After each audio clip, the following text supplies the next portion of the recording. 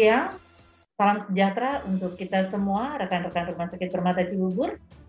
Kembali lagi siang hari ini, saya Lasma Huta Barat dari Komite Mutu Keselamatan Pasien akan memberikan kembali diklat mengenai pelaporan insiden keselamatan pasien. Hari ini untuk pelaporan insiden keselamatan pasien, kita sekedar refreshing untuk mengingatkan kembali bersama bahwa walaupun di masa pandemik seperti ini, pasien safety tetap menjadi nomor satu untuk kita semuanya dalam memberikan pelayanan kepada pasien-pasien yang ada di Rumah Sakit Permata Cibubur. Baik, untuk mempersingkat waktu, kita akan mulai saja dengan materi kita siang hari ini. Ya, pelaporan insiden keselamatan pasien. Rekan-rekan semuanya mungkin sudah biasa atau sudah tidak jadi hal yang aneh mengenai pelaporan IKP. Kalau sering saya suka minta gitu mungkin ke unit, tolong dong dibuat IKP-nya gitu ya, itu berarti kan insiden keselamatan pasien. Tapi kali ini saya mau mengingatkan kembali, menginformasikan kembali kepada rekan-rekan semua, apa sih itu insiden keselamatan pasien? Insiden keselamatan pasien, ya, insiden keselamatan pasien itu adalah kejadian atau situasi yang dapat mengakibatkan atau berpotensi mengakibatkan cedera, cacat, dan atau kematian. Jadi kalau kita bilang insiden keselamatan pasien berarti ada suatu kejadian atau ada suatu situasi yang bisa mengakibatkan atau berpotensi bisa mengakibatkan cedera atau cacat atau kematian. Nah, saya perlu informasikan terlebih dahulu untuk laporan insiden keselamatan pasien di tahun 2021. Di mana di data yang kita terima di Komite Mutu dan Keselamatan Pasien, data IKP yang terlapor dari selama tahun 2021 dari Januari sampai dengan Juli, yaitu KPC itu kita ada 2, KNC kita ada 9, KTC kita ada 9, KTD kita ada 7, dan kasus sentinel kita tidak ada. Di sini juga kami informasikan bahwa selama Januari sampai dengan Juli, laporan IKP setiap bulannya, ini kalau kita lihat grafiknya turun naik ya, di Januari ada 6, Februari ada 4 laporan, Maret dan April ini agak rendah, ada 2, kemudian Mei dia mulai naik lagi ada 6, di bulan Juni kita cuma ada 1, dan di bulan Juli kita meningkat ada 7. Nah, dari laporan-laporan Januari sampai dengan Juli ini, kami juga membuat bagian atau laporan bahwa yang lapor gitu ya, yang lapor ke keselamatan pasien, ke Komite Mutu dan Keselamatan Pasien, sesuai dengan kebijakan yang telah kita buat, prosedur yang kita buat, bahwa laporan insiden itu harusnya masuk ke pasien safety itu adalah 2 kali 24 jam. Dan ternyata di sini masih ada yang laporannya lebih dari 2 kali 24 jam. Ini ada sekitar 46%, berarti yang baru ikut atau mematuhi dari kebijakan ataupun prosedur yang ada untuk melapor ke kita adalah 2 kali 24 jam baru 54%. Nah, dari data-data tersebut, maka kami dari keselamatan pasien perlu kembali mengingatkan kepada rekan-rekan semua pentingnya laporan dari keselamatan pasien itu sendiri. Untuk setelah laporan IKP ini kita mengingatkan kembali, kalau tadi saya ada bicara mengenai KPC, KNC, KTC, KTD gitu ya. Ini yang merupakan jenis-jenis insiden. Ini ada jenis-jenis insiden. Ini kembali saya ingatkan bahwa apa sih yang dibilang KPC? KPC itu berarti kondisi potensial cedera.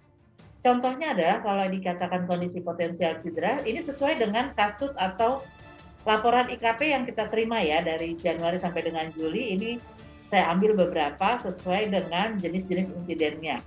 Jadi kalau KPC atau kondisi potensial cedera, contohnya adalah seperti lampu operasi yang jika digerakkan mati. Jadi ini ada laporan ke kita bahwa teman-teman di OK itu mengatakan bahwa lampu operasi yang ada di ruangan operasi itu di kamar tindakan itu kalau digerakin sedikit dia mati gitu. Nah, ini kan kondisi potensial cedera. Kalau misalnya tiba-tiba ada pasien mau dioperasi atau sedang operasi, lampunya nggak bisa bergerak kan, atau mati saat digerakkan kan itu bisa menjadi insiden atau menjadi kejadian yang tidak kita harapkan. Kemudian jenis yang kedua yaitu KTC, yaitu kejadian tidak cedera. Contoh yang kita ambil di sini adalah terkait dengan IKP obat expired, di mana diketahui sesaat sebelum diberikan kepada pasien. Jadi ini adalah masuk dalam jenis insiden KTC atau kejadian tidak cedera. Kemudian yang ketiga yaitu KNC, yaitu kejadian nyaris cedera. Contoh yang kita ambil di sini adalah pasien seharusnya mendapat obat Trilus, tetapi yang diterima adalah obat COVID-19. Ini kejadian IKP ini adalah pada pasien telemedicine, sehingga pasien itu obatnya dia terima setelah sampai di rumah. Nah ini kan sudah sampai ke pasien gitu ya, dan untungnya sih belum diminum gitu, jadi masuk dalam KNC, kejadian nyaris cedera. Nah jenis insiden yang keempat yaitu KTD, kejadian tidak diharapkan. Kalau kejadian tidak diharapkan di sini, contoh yang kita ambil yaitu kejadian tidak tersedianya obat Ciscovir ketika pasien akan dilakukan tindakan. Mungkin beberapa rekan-rekan tahu tentang kejadian ini, di mana dari atau akibat dari kejadian ini atau insiden ini, di mana pasien akhirnya tindakan yang harusnya dilakukan saat itu jadi tertunda sampai dokternya komplain dan si pasien dan keluarganya komplain. Ini masuk ke dalam KTD karena jadi tertunda nih tindakan pasiennya. Kemudian yang jenis insiden yang terakhir yaitu kejadian sentinel. Kalau kejadian sentinel itu adalah kejadian yang tidak diharapkan tapi yang mengakibatkan kematian. Itu yang kejadian sentinel. Nah, di kita itu tidak ada kejadian seperti itu, ya. Jadi ini jenis-jenis insiden. Selanjutnya kita masuk ke dalam pelaporan insiden. Insiden apa aja sih gitu ya yang perlu dibuat laporannya? Balik lagi semua rekan-rekan Permata bahwa tidak ada pemilahan ini yang perlu dilapor, ini yang nggak dilapor, enggak. Semua insiden itu perlu dilaporkan. Kenapa sih harus dilaporkan gitu ya? Karena memang ini penting untuk membuat kita menjadi berubah. Mau melihat ada masalah di mana di sini, ada hal yang tidak jalankah gitu ya. Jadi untuk memperbaiki. Jadi intinya setiap insiden yang dilaporkan itu kita mau melihat mengapanya, bukan siapanya. Jadi di sini kita tidak ada yang namanya blaming culture. Kita tidak ada menghukum. Oke, tapi perlu saya ingatkan kembali ya untuk tipe-tipe insiden ini supaya rekan-rekan semakin paham nih insiden-insiden apa saja sih yang perlu dilaporkan. Ini ada tipe-tipe insiden. Jadi kalau kita bicara insiden, kalau tadi ada jenis insiden, ada 5 jenis insiden, sekarang ada tipe insidennya. Jadi kalau kita bicara tipe insiden, kita bicaranya dari macam-macam pekerjaan kita. Ya, baik itu yang pertama dari masalah administrasi klinik itu ternyata bisa loh ada masalah dari situ gitu ya. Apa sih masalahnya kalau di administrasi klinik? Biasanya adalah pada saat serah terima, pada saat proses serah terima, pada saat daftar tunggu atau mengantri, pada saat pasien pulang dari rawat inap, pada saat proses respon terhadap kegawat daruratan, itu bisa timbul masalah. Masalahnya apa? Biasanya nggak lengkap nih waktu serah terima, atau pada saat administrasi itu tidak tersedia, mungkin harusnya ada kalau untuk daftar tunggu itu mungkin ada tersedia kartu ataupun nomor antrian gitu, ataupun misalnya salah proses. Salah prosesnya apa? Biasa kalau pasien pulang dari rawat inap, kalau asuransi prosesnya harusnya apa dulu sih? Oh harus konfirmasi. Oh ternyata itu terlewatkan. Nah itu jadi masuk dalam tipe-tipe insiden di masalah administrasinya. Oh berarti itu masuk insiden ya? Ya, itu masuk insiden ya. Kemudian apalagi sih masalahnya? Tidak perform saat dibutuhkan. Ini terkait biasanya ke SDM-nya. Nah, itu masuk dalam tipe-tipe insiden ya. Kemudian masalah proses atau prosedur klinis, ini juga banyak ya kalau prosedur atau proses dalam satu proses kegiatan. Yang pertama contohnya adalah misalnya proses di MCU, di masalah di diagnosa atau asesmen ya, sering ya ini kan begitu, oh kok diagnosa awalnya sama diagnosa akhirnya berbeda gitu ya. Atau di masalah spesimen atau hasil ya, ini biasanya di laboratorium. Kemudian masalah proses di manajemen, proses alur biasanya di sini ya. Nah, masalahnya di apa sih biasanya kalau dari proses atau dari prosedur ini? Tidak lengkap ya, prosedurnya nggak lengkap. Sama masalahnya mungkin juga tidak tersedia atau salah pasien.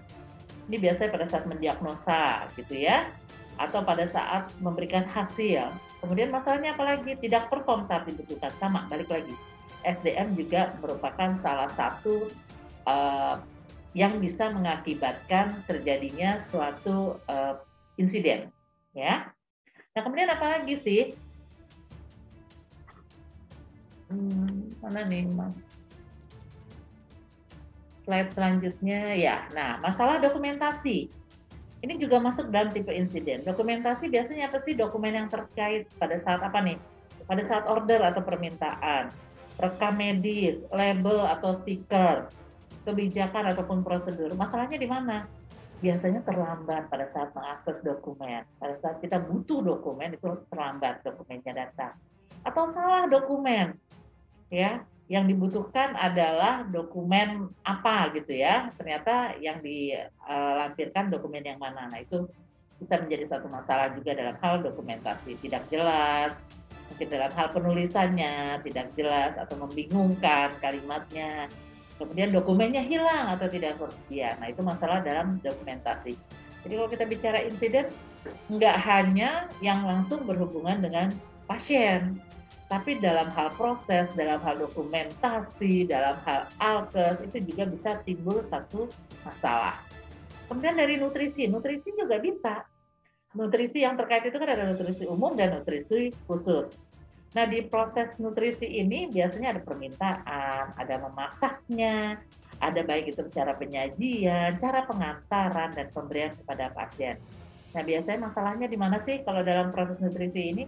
Salah pasien ataupun salah diet, ya. Oke. Nah, selanjutnya mengenai alat medis atau kesehatan. Nah, tipe alat medis atau kesehatan, biasanya daftarnya kan sudah ada tuh ya, daftar alat medis atau kesehatan. Nah, masalahnya biasanya timbul adalah pada saat dipaketkan tuh nggak baik kondisinya, ya. Mungkin ada yang sudah terbuka, atau kalau misalnya dia bentuknya obat injeksi ternyata isinya sudah tidak sesuai gitu ya. Ada yang sudah expired, marketannya biasanya sih lebih ke kemasannya itu sudah nggak layak gitu. Atau ketidaktersediaan seperti tadi saya bilang ada contoh KTD tadi ya, begitu obat atau pasiennya butuh ternyata nggak tersedia. Oh, masalahnya nggak ada ternyata obatnya, atau ternyata itu obat-obat di luar non formularium. Jadi harus butuh proses lagi untuk pembelian yang membutuhkan waktu yang nggak bisa dalam waktu sebentar. Masalah yang ketiga bisa tidak bersih dari alat kesehatannya itu sendiri gitu ya. Ataupun malfungsi. Malfungsi ini biasanya tadi kayak misalnya lampu kamar operasi, ternyata kalau digerakin sedikit dia mati. Jadi dia tidak berfungsi dengan baik. Kemudian masalah pasien. Nah, ini baru nih. Biasanya kadang-kadang nih kita lebih engehnya kalau pasien sepsis itu ya udah tipe insidennya yang di pasien aja. Enggak gitu ya. Kalau tadi rekan-rekan sudah lihat bahwa ada beberapa macam tipe insiden. Nah, kalau pasien jelas perilaku pasien. Kita tahu perilaku pasien kita di sini karena dia merasa dia bayar pribadi, jadi ya dianya agak yang kita harus lebih ekstra care ya kepada pasien-pasien kita. Ada yang tidak kooperatif ya, agak sulit. Contoh misalnya harusnya sebelum pulang pasiennya harusnya divisit, pasiennya nggak mau divisit gitu ya. Itu agak-agak sulit memang yang seperti itu ya, perilaku yang kasar. Seperti kita tahu kejadian-kejadian yang pasien ngomongnya bicaranya kasar kayak gitu ya, ataupun perilaku pasien yang sengaja mencederai diri sendiri. Untuk hal yang sengaja mencederai diri sendiri sih memang jangan sampai gitu ada kejadian di tempat kita ya, tetapi tidak menutup kemungkinan bahwa itu salah satu perilaku pasien. Nah, agresinya biasanya dia secara verbal atau mungkin bisa dia dengan kekerasan fisik atau dengan ancaman nyawa, ya. Nah, masuk lagi ke infrastruktur atau bangunan. Aduh, gitu, ternyata banyak sekali ya, kasus atau tipe-tipe insiden ini. Iya, ya, infrastruktur atau bangunan saja ini masuk loh dalam keselamatan pasien yang kadang-kadang kita, kurang terpikir sampai ke sana.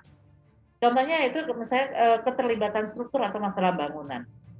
Yang pertama adalah daftar bangunan, daftar furniture, atau inadequate-nya, ya kayak kemarin ya, maaf tanpa, mau menyudutkan salah satu pihak. Contohnya adalah kayak kemarin tuh infrastruktur, di IGD kita, ternyata pas baru selesai, bocor pas hujan besar gitu ya. Dan ya kalau saya sih berpikirnya ya untungnya ketahuan gitu, begitu baru jadi, terjadi kebocoran, kan biasanya karena hujan besar baru kita bisa tahu, oh ternyata ada masalah di sini gitu. Nah itu masuk dalam tipe-tipe insiden ya. Nah, yang terakhir tipe insidennya itu jatuh. Nah ini kemarin kita baru kejadian nih pasien jatuh nih ya. Ada tipe insiden jatuh. Kita mesti lihat tipe jatuhnya. Tersandungkah, keselipkah kakinya, atau kehilang keseimbangan ya. Kalau tersandung gitu ya, ini kita lihat lagi keterlibatannya saat jatuh. Dia tersandungnya di mana? Apa kena tempat tidur gitu ya, atau pada saat di toilet mungkin tersandung, misalnya ada, keset yang agak tebal sehingga dia tersandung, atau dia terselip biasanya sih dengan, bed tempat tidurnya, kaki tempat tidurnya, atau dia hilang keseimbangan pada saat dia naik tangga atau turun tangga. Nah itu kita mesti lihat ke situ semua. Jadi juga nggak bisa bilang jatuh terus langsung, "Oh kenapa bisa jatuh?" Enggak, kita mesti lihat semua juga gitu, lihat kondisi di situ seperti apa gitu. Nah yang ke-9 yaitu manajemen organisasi.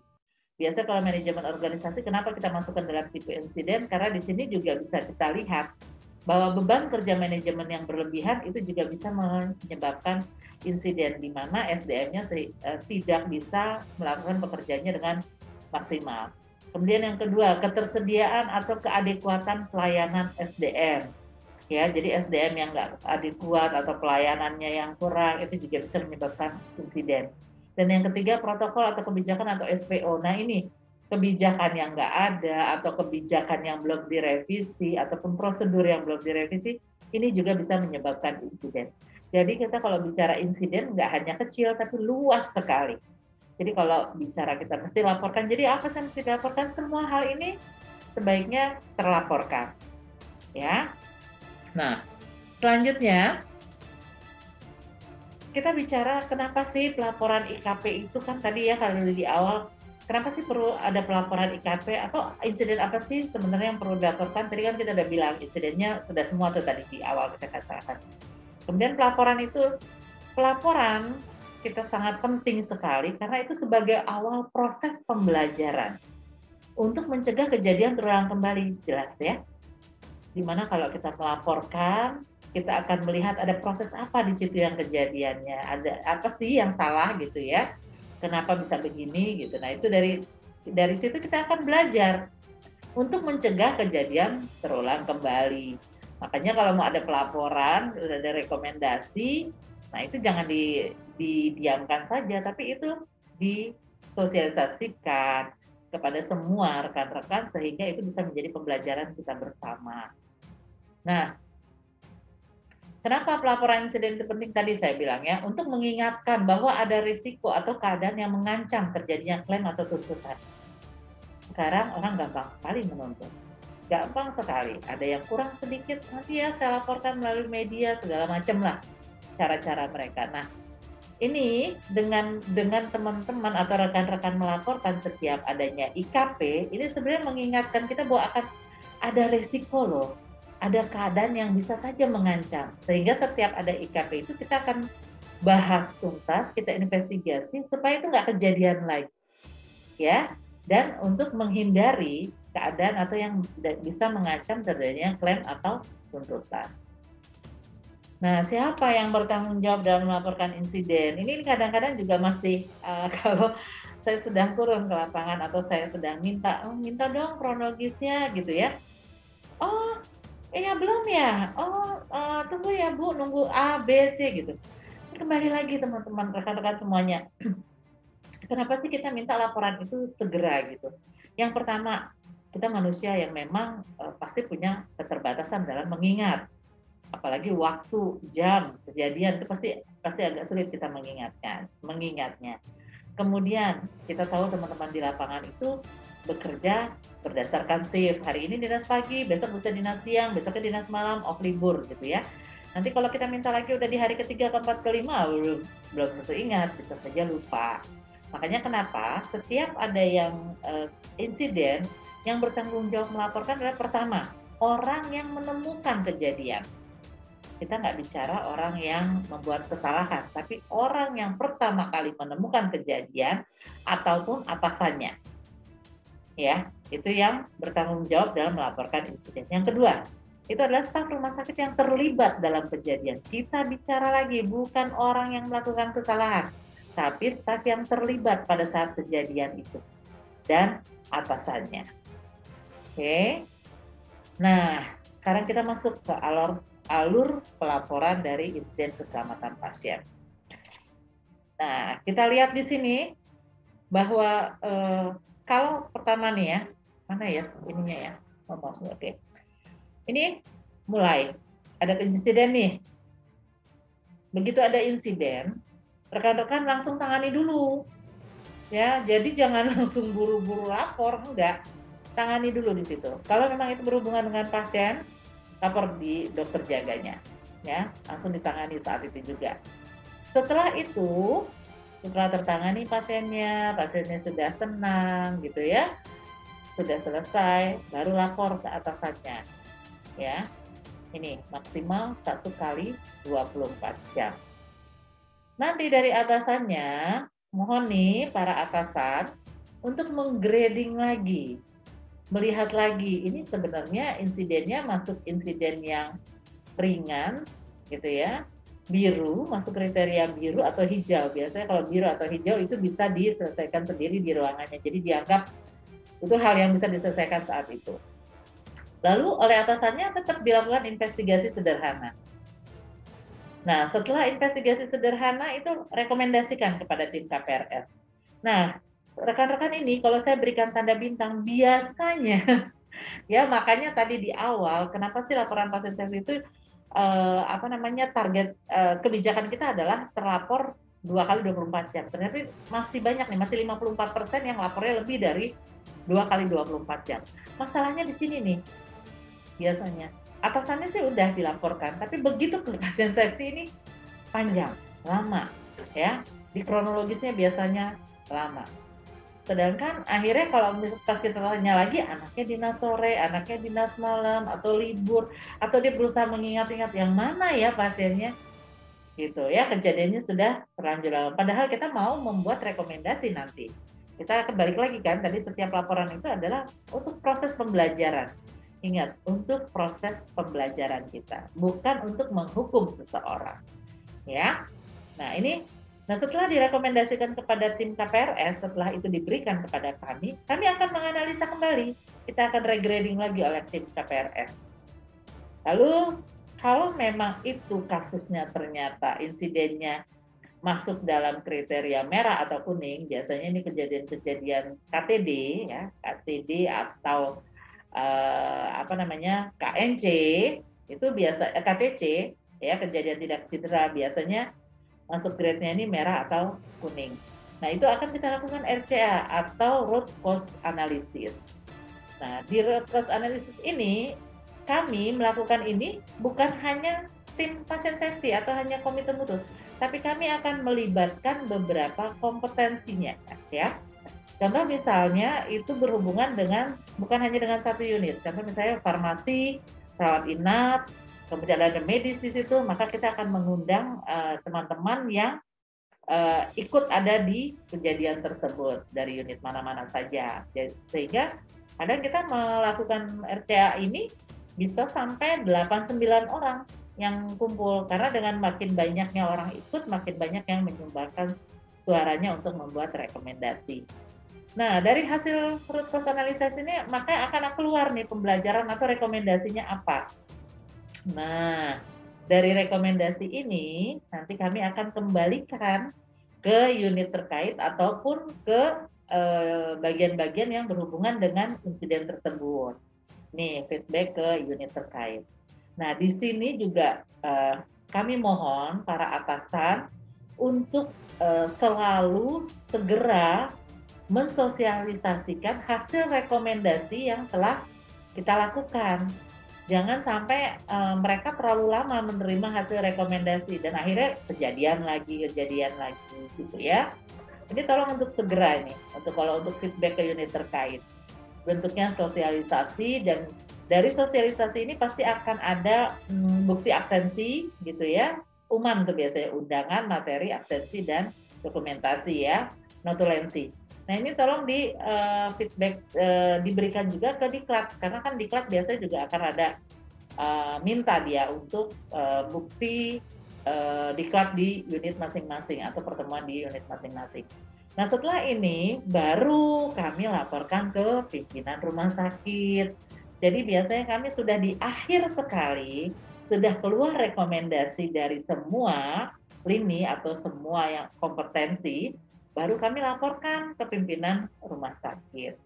Nah, ini juga menjadi pembelajaran kita semua, janganlah, maksudnya kita jangan terlalu lama di sini nih tadi nih, pada saat kita mengumpulkan kronologis ataupun kita meminta untuk melakukan investigasi itu lama, gitu. Karena kan setiap masalah itu harusnya sih cepat, segera nyampe, kita buatkan rekomendasi sehingga sampai ke pimpinan itu juga kami sudah mendapatkan data yang akurat, gitu. Karena balik lagi, terakhir kami katakan bahwa di sini kami tidak mencari siapa yang salah, tetapi kita coba memperbaiki apapun, mungkin itu sistem, mungkin itu prosedur, mungkin itu kebijakan yang memang perlu kita perbaiki, ya, untuk pembelajaran kita agar tidak terjadi kejadian yang sama.